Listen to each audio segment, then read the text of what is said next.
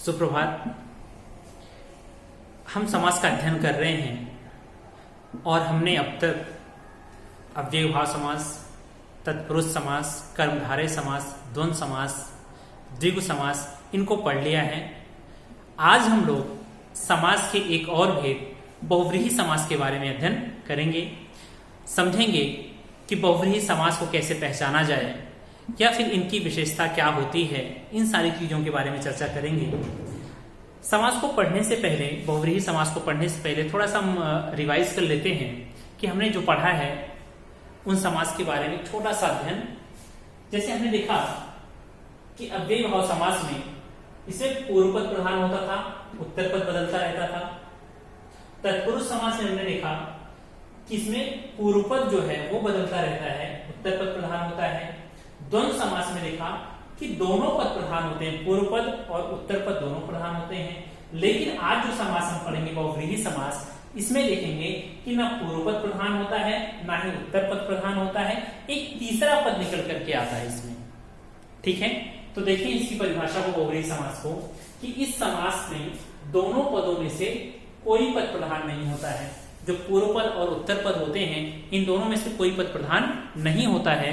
साथ ही साथ बता रहे हैं कि बल्कि लक्षणों के अनुसार अन्य पद प्रधान होता है कि एक नया पद आता है, इसमें एक दूसरा पद आता है, एक नया पद आता है। या कह सकते हैं कि ना पहला पद प्रधान ना दूसरा पद प्रधान, एक तीसरा पद प्रधान हो रहा है और वहां पर बहुव्रीहि समास होता है।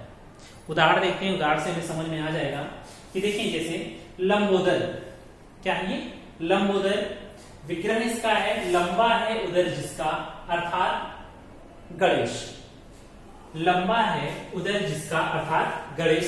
देखिए समझिए इसको, इसमें दो पद हैं लंबा और उदर, लेकिन हमारे पास जो तीसरा पद यहाँ पर गणेश आ रहा है, ये तीसरा पद जो आ रहा है, ठीक है, इसमें ना ही लंबा का कुछ इसमें दिख रहा है ना ही उदर, पहले और दूसरे पद का कोई अंश इसमें दिखाई नहीं दे रहा है। एक तीसरा शब्द यहाँ पर सीधा सीधा प्रयोग कर दिया गया है गणेश का। तो यहाँ पर हम कह सकते हैं परिभाषा के अनुसार इसमें ना पहला वाला पद प्रधान हो रहा है ना ही दूसरा पद प्रधान हो रहा है, बल्कि तीसरा पद प्रधान यहाँ पर हो जाता है।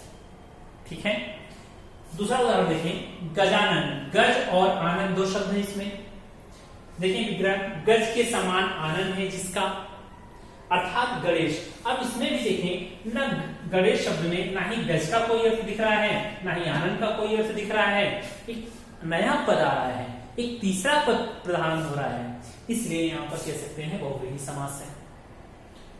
अंशुमाली। अंशु अर्थात किरण है माला जिसकी, अर्थात सूर्य।